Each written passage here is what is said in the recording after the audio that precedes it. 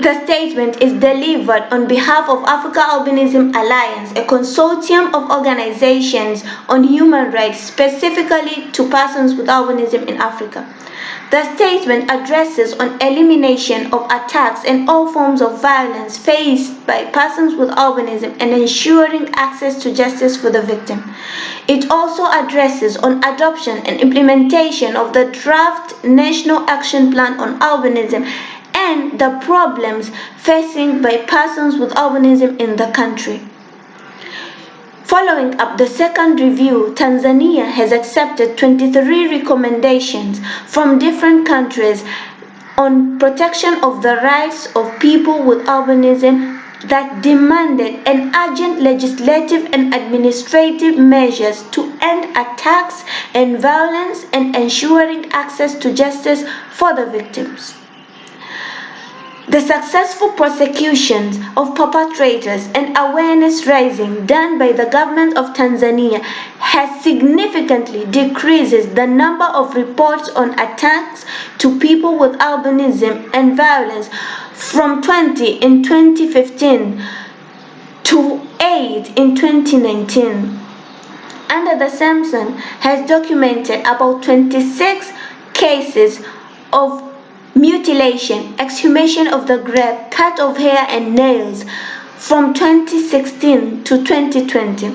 Some of those incidences including on May 2021, a 5-year-old with albinism was found mutilated in one of the villages in Tabora region, Tanzania.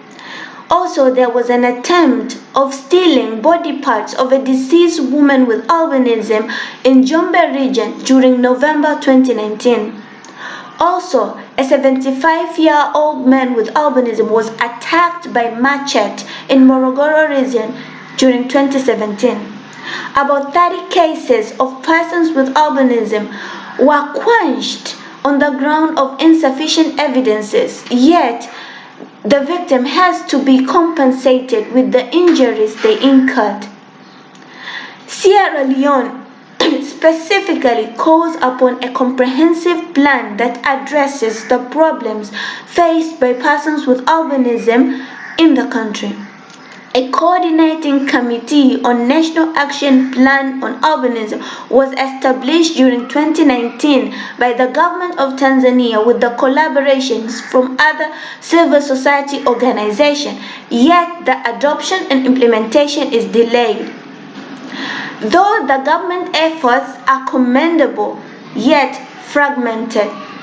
For instance, sunscreen lotion are distributed to some parts of Tanzania and the regional hospitals by the Tanzania Albinism Society, yet the initiative is not consistent since it is not grounded by specific policy.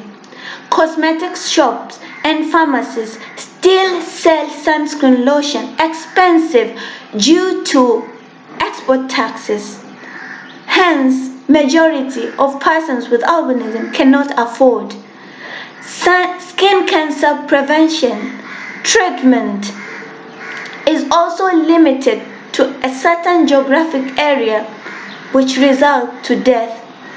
Tanzania Albinism Society has reported 26 cases, such cases of death from 2016 to 2020.